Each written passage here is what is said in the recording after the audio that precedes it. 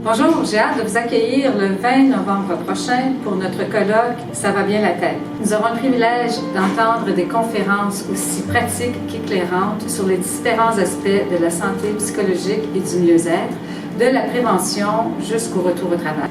Marie-France Marin du Centre de recherche universitaire en santé mentale de Montréal abordera les aspects de la prévention du stress. Caroline Biron de l'Université Laval couvrira les pratiques de gestion. Le nutritionniste Mathieu Bouchard nous présentera les liens entre le stress et la nutrition. Et enfin, pour terminer le volet prévention, Annie Blouin de l'ASP Administration provinciale viendra nous présenter le rôle du comité de santé et sécurité. Nous le savons, les camionneurs sont parfois impliqués dans des accidents graves qui entraînent des syndromes de stress post-traumatique. Pour couvrir cet aspect, Karine Lapointe de SSPT chez les camionneurs nous expliquera le soutien qui est disponible pour ces travailleurs.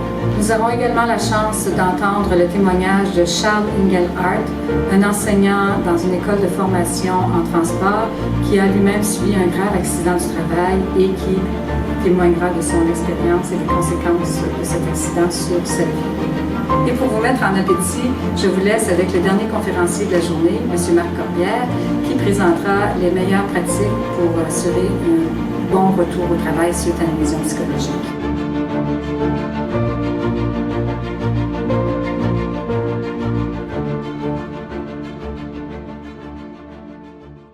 Bonjour, je suis Marc Corbière, je suis professeur à l'UQAM et chercheur à l'Institut universitaire en santé mentale de Montréal.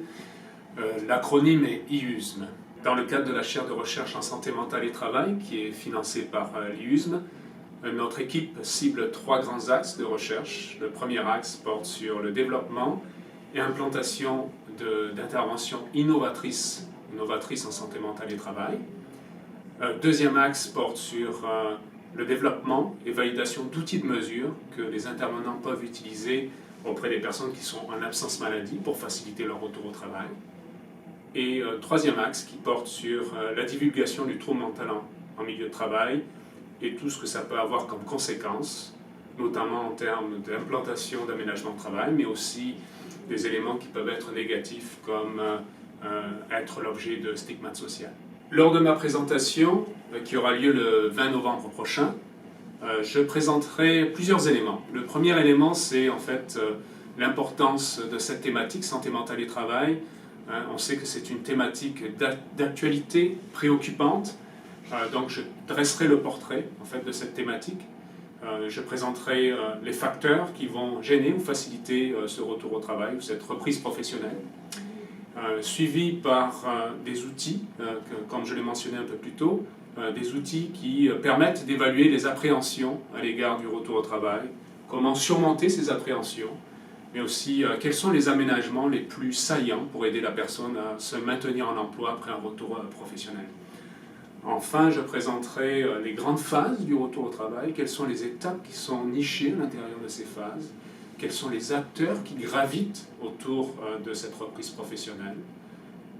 Et pour finir, vraiment, ça sera la cerise sur le sundae. Ça va être une incursion rapide sur une nouvelle plateforme que nous avons développée dans notre équipe qui permet en fait de faciliter les interactions et la communication entre les acteurs du retour au travail. Donc, au plaisir d'échanger avec vous. En attendant, je vous propose d'aller sur notre site santémentaltravail.ca.